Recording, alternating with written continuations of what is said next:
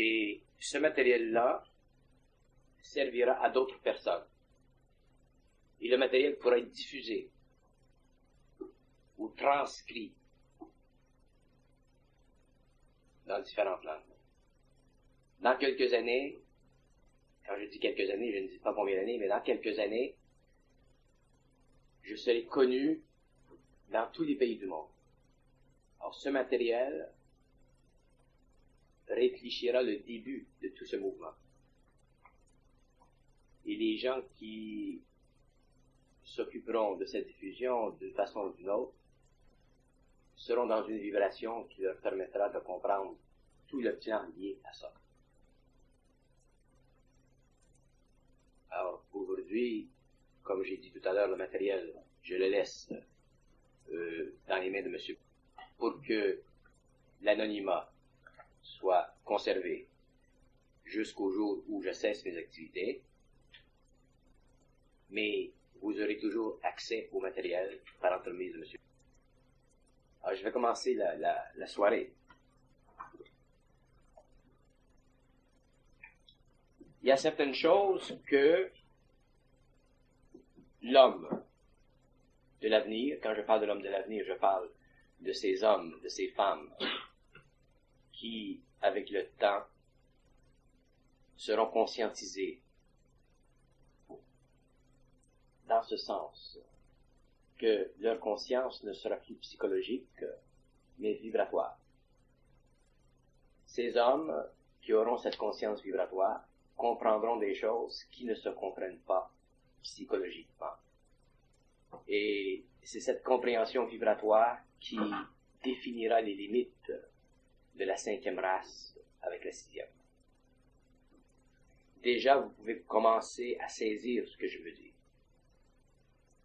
Là où, auparavant, vous pouviez, avec grande facilité, vous entretenir psychologiquement avec les hommes, petit à petit, ça devient de plus en plus pénible, et éventuellement, ça deviendra pour vous très difficile, pas parce que vous ne voudrez pas vous entretenir avec les hommes, mais parce que la nature même de votre conscience vibratoire aura été altérée à un point tel que tout discours sur la valeur psychologique de la vie sera inutile, tandis que tout échange avec des êtres qui auront été ajustés vibratoirement vous permettra d'entretenir des propos à l'infini sur la nature des choses. Et la condition de ce nouvel équilibre n'est pas une condition qui est établie par l'homme, mais qui est établie par les forces qui pénètrent l'homme, et c'est justement à cause de cette condition qui est supramentale, supra-humaine, mais aussi à la fois unie totalement à la conscience humaine, que l'homme pourra éventuellement comprendre l'infinité, entrer en intelligence directe avec les intelligences qui parcourent les mondes suprasensibles et pour la première fois ouvrir sur la planète des champs d'activité qui aujourd'hui apparaissent comme de la science-fiction à l'homme qui fonde sa conscience de la réalité sur la raison. Nous n'avons pas beaucoup de temps, c'est-à-dire que l'humanité n'a pas beaucoup de temps pour saisir la nature vibratoire de la conscience. Et c'est à cause de ce très court temps qui demeure que des mouvements dans le monde entier, aujourd'hui, sont en train de naître afin de permettre, dans les années 90, une très grande affiliation entre les hommes appartenant à différents systèmes de pensée, à différents systèmes de philosophie intuitive, qui doivent, un jour ou l'autre, s'unir, se rallier dans une vibration qui est celle que vous commencez aujourd'hui à Québec La réalité de l'avenir n'est pas dans vos mains. La conception, la compréhension, la façon de voir, la façon de vous réaliser, la façon de vous projeter est entièrement en dehors de votre capacité aujourd'hui parce que vous n'avez pas encore la vibration. Votre vibration n'est pas ajustée totalement dans ce sens que votre mental n'est pas parfait. Et votre mental n'étant pas parfait, vous êtes incapable de dialoguer parfaitement avec l'invisible et, pour cette raison, comprendre les lois de la vie qui vous affectent et dont vous deviendrez un jour conscient. Il y a dans le mouvement de la conscience universelle sur la planète un élément extrêmement vaste, extrêmement concret que vous devez comprendre, et cet élément est celui du mensonge.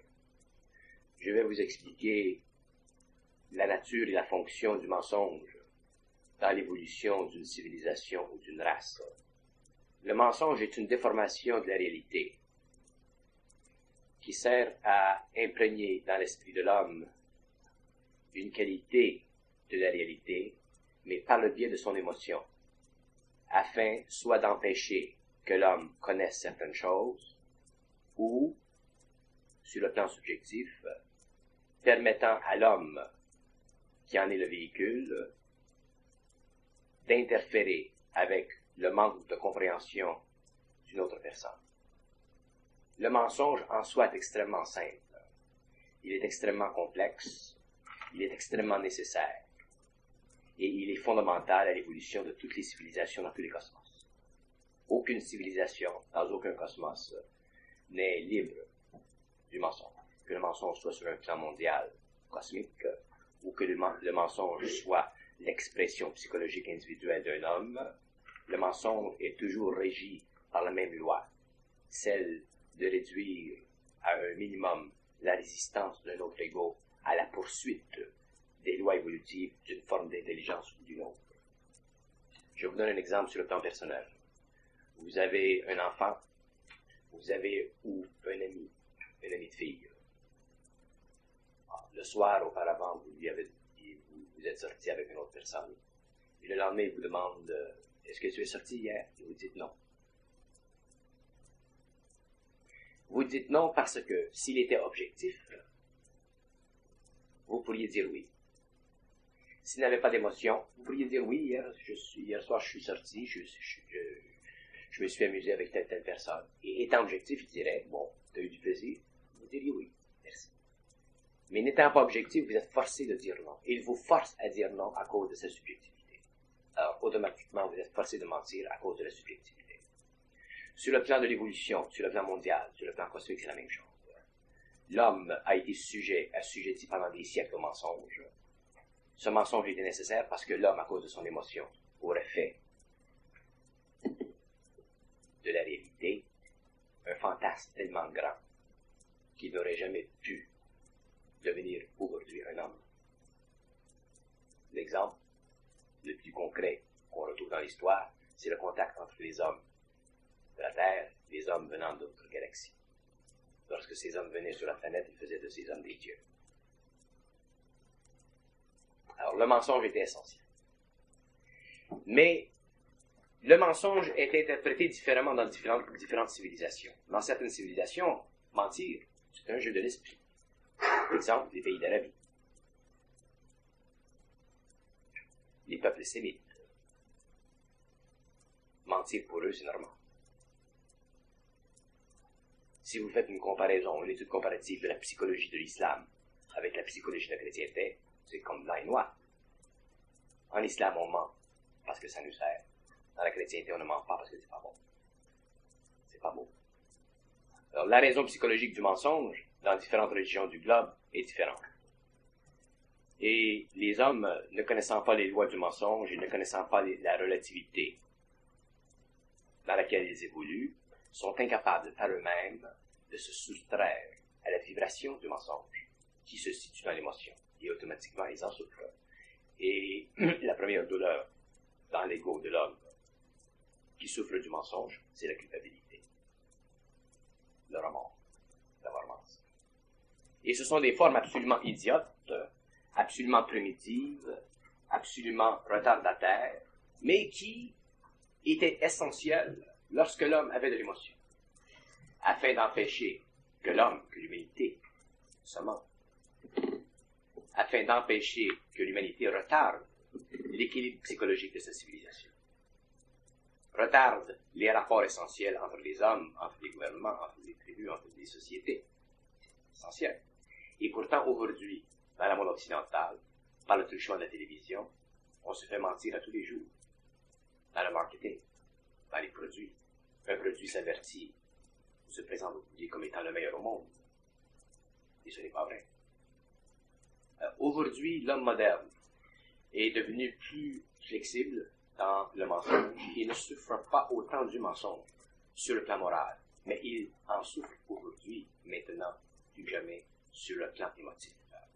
De sorte qu'aujourd'hui, l'humanité d'aujourd'hui devient de plus en plus tendue, devient de plus en plus inquiète et devient de plus en plus anxieuse.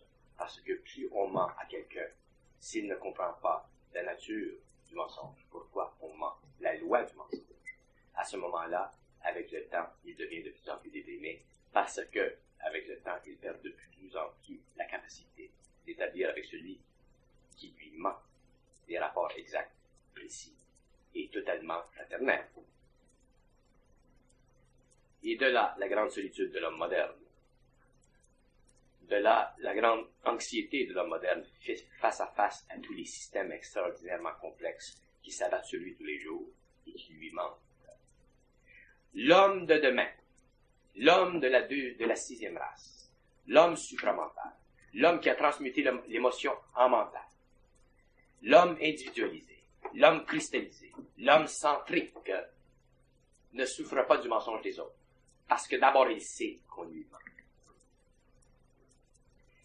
N'ayant pas d'émotion subjective vis-à-vis des autres, parce qu'il n'a pas d'émotion subjective vis-à-vis de lui-même, le mensonge des autres envers lui-même est sans importance, parce que le mensonge devient pour lui un jeu d'esprit. Étant en contact avec l'esprit, il peut facilement savoir de l'esprit qu'une personne lui ment. Sachant qu'une personne lui ment, il ne souffre plus de ne pas savoir. Alors, automatiquement, il a une autre sécurité qui est la sienne, et qui sert à amplifier la certitude qu'il a que tout ce qui passe entre deux hommes, tout ce qui se manifeste sur le plan du langage entre deux hommes est toujours un jeu d'esprit. Et lorsque l'homme comprend que les rapports entre les hommes sont en fait des rapports dans les jeux de l'esprit, il ne souffre plus des hommes, il peut souffrir simplement de l'esprit. Et lorsque l'homme commence à souffrir de l'esprit, il commence à prendre conscience de l'esprit. Et lorsqu'il prend conscience de l'esprit, il devient de plus en plus intelligent. Parce qu'il commence petit à petit à comprendre les lois de l'esprit. Et c'est à ce moment-là qu'il commence à développer une autre psychologie, qui est la psychologie supramentale, ou la psychologie de l'esprit supérieur, qui le permet, une fois pour toutes, de détruire les formes qui sont à la base même du mensonge, et de se libérer sur le plan psychologique, parce que sur le plan vibratoire, il est déjà en syntonisation avec l'esprit universel. L'homme se retourne vers lui-même, entre en lui-même, il vit en lui-même, il est en lui-même.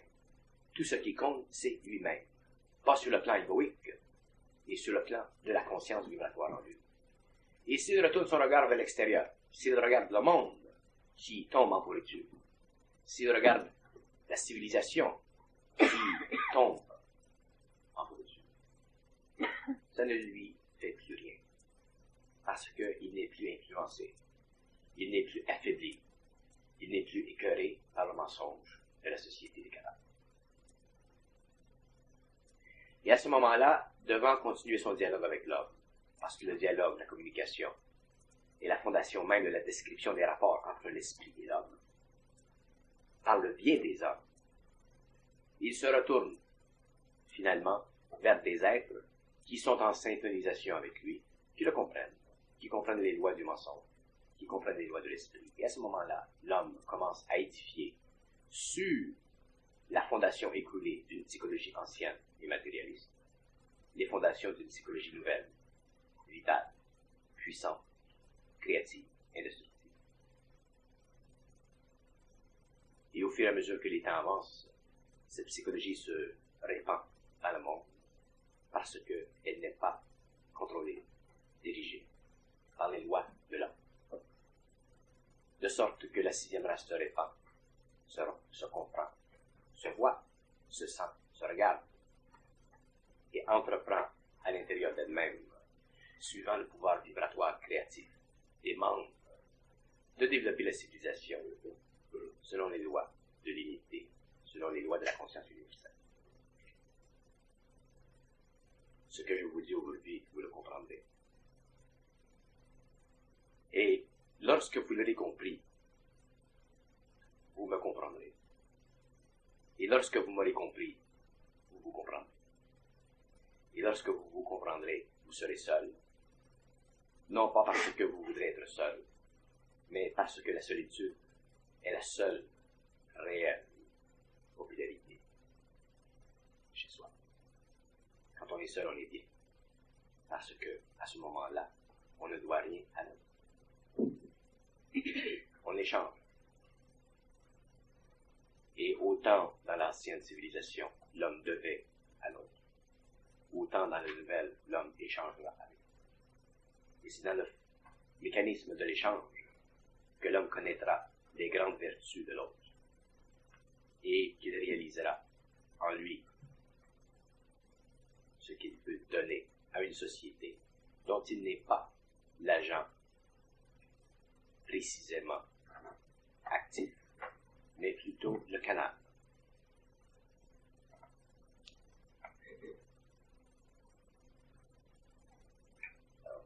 Le mensonge, pas le mensonge chrétien, ou le mensonge islamique, ou le mensonge bouddhiste. Le mensonge, qui est défini dans la loi comme étant le raffinement vibratoire de la réalité à travers la forme. Lorsque vous le comprendrez, vous en serez libre, et à ce moment-là, vous serez à la connaissance. Et lorsque vous serez dans la connaissance, vous verrez que ce dans lequel vous serez n'est pas ce dans lequel vous croyez un jour de la vie. La connaissance, ce n'est pas ce que vous croyez que c'est. Et ce n'est pas de vos oignons ce que c'est la connaissance. Ce qui est de vos oignons, c'est la conscience qui donne la connaissance. Tant que vous rechercherez la connaissance, vous serez en dehors de la connaissance. Vous ne pouvez pas chercher quelque chose d'interdit, une contradiction de l'esprit. Mais lorsque vous êtes dans quelque chose, vous êtes ce quelque chose. Et à ce moment-là, la perception que vous avez de ce quelque chose est totalement autre, différente de ce que vous croyez auparavant. Et pendant que vous avancez vers cette connaissance, vous êtes obligé de passer par la forêt du mensonge. Parce que ce n'est que par la destruction de la loi, du mensonge en soi, qu'on arrive à la connaissance.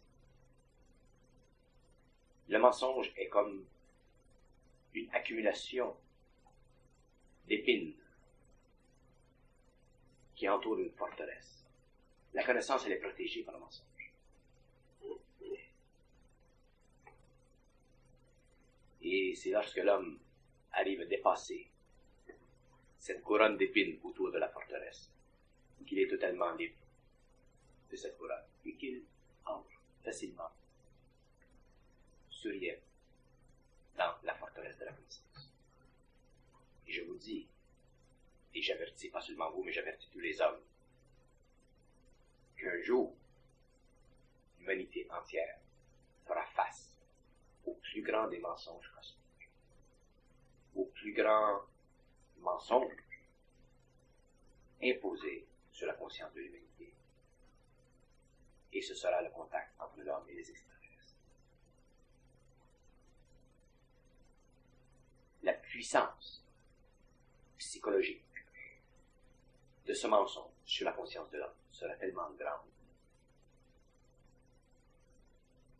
qu'une grande partie de l'humanité perdra contrôle sur elle-même et servira de pâture à des intelligences supérieures venant chercher sur la planète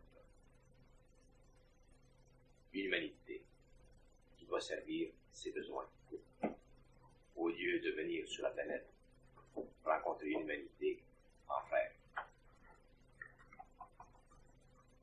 Ceux-là qui auront dépassé le mensonge et qui comprendront la loi du mensonge verront d'autres entités. Et ce sont ces entités, c'est vers ces entités qu'ils se dirigeront. Et c'est avec ces entités qu'ils travailleront à la construction d'une nouvelle civilisation. Mais on ne peut pas savoir sans avoir combattu le mensonge. Et quand je parle de combattre le mensonge, je ne parle pas de combattre le mensonge dans la forme traditionnelle du combat, du vrai contre le faux,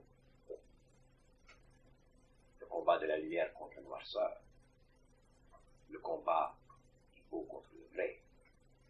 Je parle de cet état d'esprit qui permet à l'homme d'être totalement au-dessus de la polarité des forces qui dirigent l'évolution de l'univers. La grande neutralité,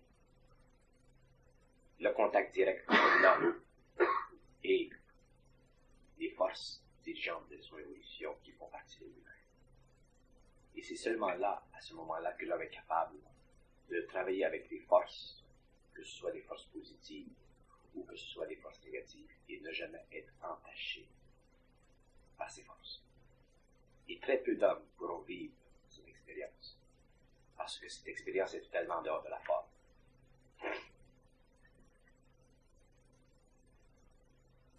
Les choses les plus importantes dans l'évolution des systèmes sont toujours cachées et ne se comprennent jamais que lorsque on a parcouru le sentier qui nous amène naturellement à leur compréhension.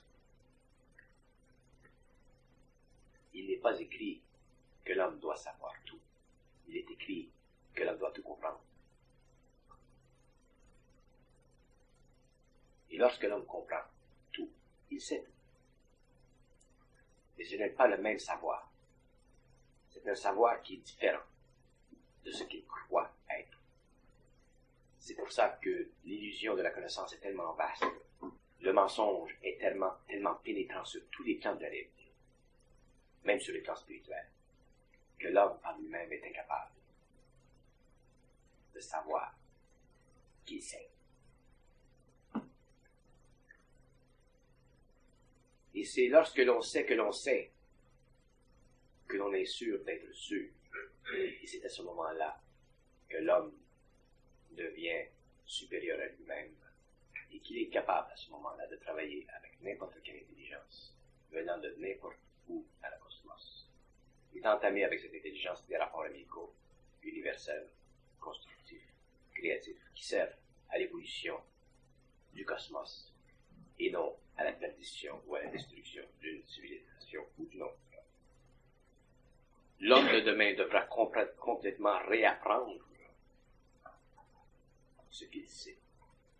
La science devra totalement être renversée dans sa vision des choses, parce que ce qui viendra demain ne fait plus partie du domaine de l'homme, mais fait partie du domaine de la galaxie. Et le domaine de la galaxie est de beaucoup, dans le temps, avancé sur le domaine de l'homme. De sorte que pour nous qui commençons aujourd'hui à avancer vers la conscience vibratoire, l'essentiel est de pouvoir, avec grande sensibilité,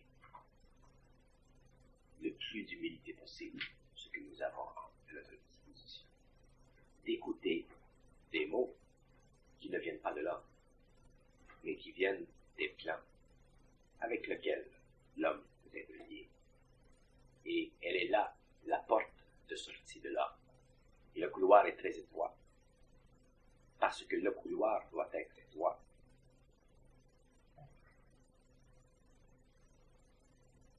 L'homme doit réapprendre totalement ce qu'il sait, doit reconquérir totalement ce qu'il a perdu, et doit ressaisir ce qu'il n'est plus capable aujourd'hui de sentir. Et c'est par le truchement de cette vibration pénétrante, chaque jour, chaque semaine, chaque mois, chaque année, chaque décennie, que l'homme en arrive éventuellement à pouvoir contempler d'une façon consciente, auditive, visuelle, les intelligences qui dirigent l'évolution et qui sont à la base même de toutes les grandes conceptions vitales que l'on appelle le cosmos. Tant que l'on pense, on est incapable de voir. Et cette prise de position, cette prise de conscience nouvelle est essentielle parce qu'elle fait partie d'un nouveau cycle de l'évolution. Et même si l'homme se refuse, ne veut pas, ou s'inquiète, ou est anxieux de perdre ce qu'il a conquis avec très grande difficulté, ce qu'il a essayé de maintenir en sauvegarde, en sécurité pendant des siècles, un jour il devra, sur la tête de l'ancienne race, ériger un temple. En tant qu'individu avec lesquels je parle, je vous dis que ce que vous savez aujourd'hui, ce que vous sentez aujourd'hui, est une faible aspect de ce que un jour vous connaîtrez. Et vous devez, petit à petit, vous acheminer vers ceci, sans pour autant renverser vos vies,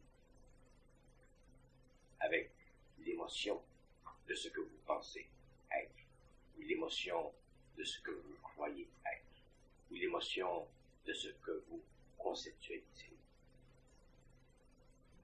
Je vous parle toujours 5 ans en avance. Et dans 5 ans, vous comprenez clairement ce que je vous ai dit 5 ans avant. Et la raison pour laquelle je vous parle 5 ans en avance, c'est pour vous empêcher d'assujettir vos esprits à une manifestation d'un pouvoir. Tant que vos esprits ne sont pas sujets à la manifestation d'un pouvoir, vos esprits grandissent par eux-mêmes. Si le temps devait être avancé et que le pouvoir devait servir à accélérer le développement de votre population, ce serait fait. Mais il est mieux pour vous d'avancer dans votre propre énergie que d'avancer épaulé par ma force. C'est pourquoi le temps devant vous est long et il sera long. Mais à un certain moment, il ne sera plus long parce que le temps n'existera plus. Et lorsqu'il n'existera plus, votre conscience vibratoire sera suffisamment élevée pour vous permettre de vivre chaque jour dans la pénétration de plus en plus grande de cette conscience vibratoire qui un jour vous amènera en contact avec la réalité. Le mensonge, la compréhension du mensonge est essentielle. Vous verrez un jour ou l'autre forcé de mentir. Et lorsque vous aurez la conscience de votre acte, vous aurez aussi la compréhension de votre acte. Et vous verrez que le mensonge que vous serez obligé de faire sera essentiel pour vous empêcher de perdre pour rien de l'énergie. Ce ne sera plus un mensonge moral, ce ne sera plus un mensonge psychologique, ce sera une formule psychologique qui servira à vous épargner une perte d'énergie parce qu'à ce moment-là, vous n'aurez plus d'énergie à perdre. Lorsque deux hommes sont sur la même longueur d'onde, le mensonge n'est pas nécessaire. Lorsque deux hommes sont sur une longueur d'onde différente, le mensonge, dans certains cas, où l'émotion est naissante, devient essentielle. Et chacun de vous, dans votre vie, a menti. Bon, je continue. Les gens, les hommes qui sont le plus près de comprendre certaines choses au niveau de la vie spirituelle sont ceux qui devront comprendre le plus la loi du mensonge. Pour deux raisons très simples. C'est que les gens qui se sont avancés dans la voie de la compréhension astrale des formes, ceux qui se sont avancés dans la voie ésotérique, dans la voie occulte, ont développé en eux une certaine vibration. Mais ces mêmes personnes, à un certain moment de la vie, seront obligées de reconstituer ce qu'ils ont appris par l'intuition intérieure et les mécanismes intérieurs de la conscience astrale, afin de se libérer totalement de la forme, soit spirituelle, soit universelle, ou soit absolue de leur expérience. Les hommes qui ont été en contact avec des maîtres spirituels, qui ont compris des aspects occultes ou ésotériques ou voilés de la conscience spirituelle, devront, à un moment donné, dans leur vie future, reconstituer totalement le domaine de leur savoir en étant obligés par eux-mêmes de détruire la forme qui a servi à leur évolution spirituelle. Je parle de ceux, surtout, qui ont été initiés, soit personnellement ou par d'autres, à conquérir, à prendre conscience de certaines expériences internes qui sont sujettes, elles aussi, aux lois du mensonge cosmique. Pour ceux qui n'ont pas eu ces expériences, le problème n'existe pas à cette échelle, il existe plutôt à l'échelle de la psychologie, de la morale, et le travail sur eux sera essentiellement moins approfondi dans cette direction. Mais tous les hommes devront un jour reconstituer en eux-mêmes et par eux-mêmes ce qui est réel. Et il a été donné à l'homme, par résonance vibratoire, la capacité d'interpréter parfaitement la dualité de toutes les formes qui servent à véhiculer sur le plan humain, dans l'expérience humaine, un aspect quelconque de la connaissance.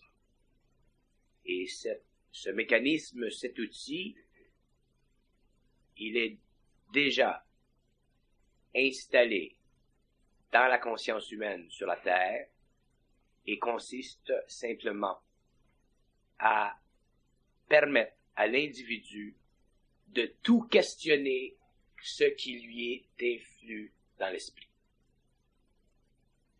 Tout ce que l'homme reçoit comme information des autres plans doit être, à un moment donné de sa vie, de son expérience, remise en question. Et quand je dis tout, je dis absolument tout. Et l'homme qui ne pourra pas reconstituer la forme qui est imposée dans son esprit à cause de ses liens avec un certain niveau de conscience, sera incapable de détruire en lui-même le noyau qui constitue le volet essentiel de la raison d'être du mensonge spirituel. Parce que le mensonge cosmique est un mensonge spirituel. Et quand je dis un mensonge spirituel, je veux dire un mensonge qui est imposé par le monde des esprits, au-delà des possibilités de dévoilement de l'ego humain rationnel.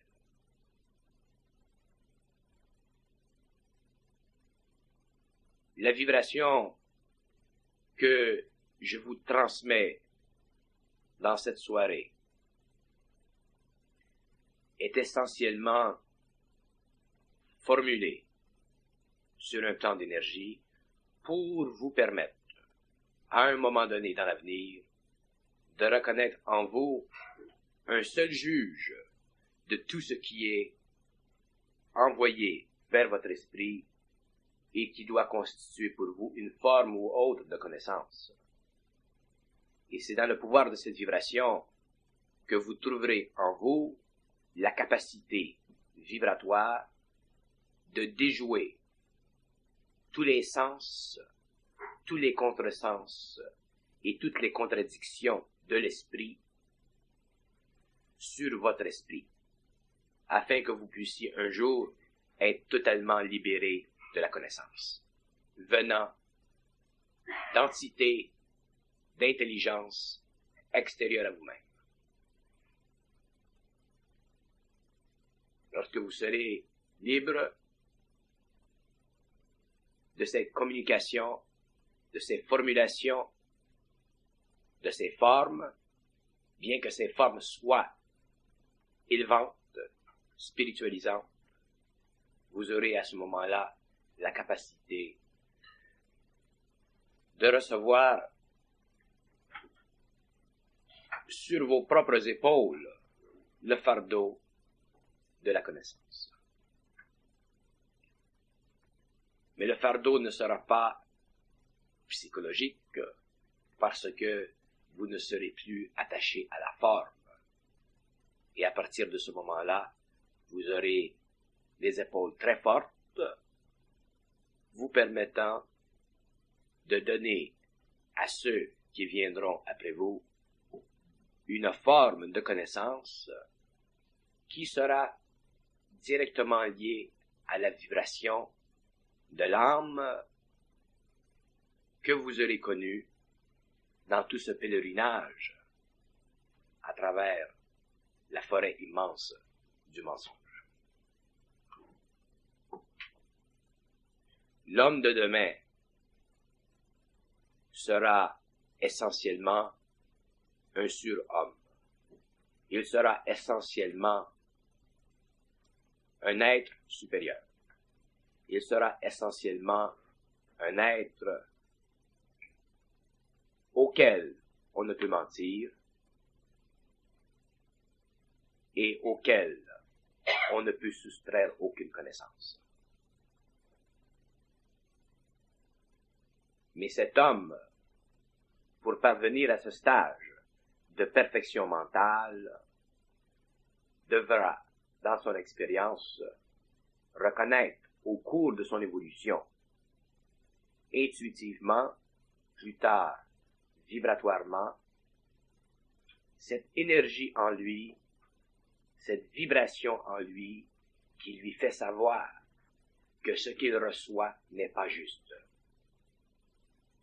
que ce qu'il reçoit est conditionnel, que ce qu'il voit n'est pas juste, que ce qu'il voit est le visage apparent d'une réalité qui est beaucoup plus profonde et beaucoup plus vaste, mais une réalité dont il ne peut supporter le poids que lorsque l'émotion et le mental ont été totalement séparés. Il y a une faiblesse naturelle chez l'homme. Et je l'exprime, cette faiblesse, pour la première fois dans l'histoire de l'homme, parce que l'homme aujourd'hui est prêt à conquérir les sommets de sa conscience et à établir avec les mondes invisibles des rapports extrêmement étroits. Et cette chose qui doit être amplifiée dans la conscience humaine afin de libérer en elle une grande énergie est la suivante. Dieu n'existe pas.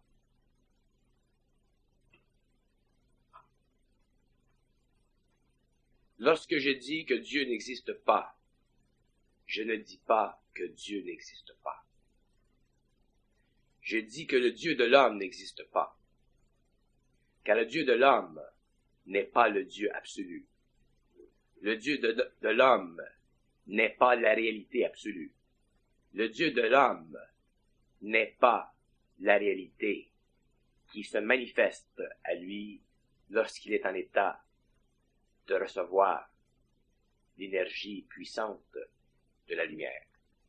Le Dieu de l'homme est un fantôme créé par l'homme par l'entremise de ses sentiments pour faciliter son pèlerinage sur le plan matériel. Le Dieu de l'homme est une essentialité psychologique, est une essentialité philosophique, est une essentialité morale qui l'a protégé pendant des siècles contre des remparts avançants du barbarisme. De demander est-ce que Dieu existe est une question inutile, parce que cette question fait partie du mécanisme pensant de l'homme.